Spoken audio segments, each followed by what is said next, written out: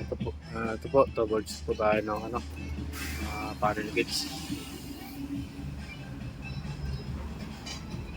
Ito ang sa temperature, fuel, sa RPM, saka speedometer.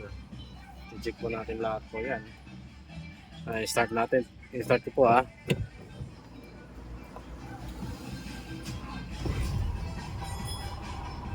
Yan po.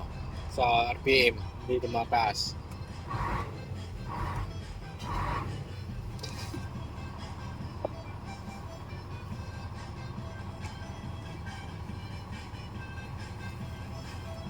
Bye-bye natin. Update na lang mamaya po kung nakita na natin yung trouble niya. Ayan, black glass tayo ng dashboard. 6WF1 engine. Ito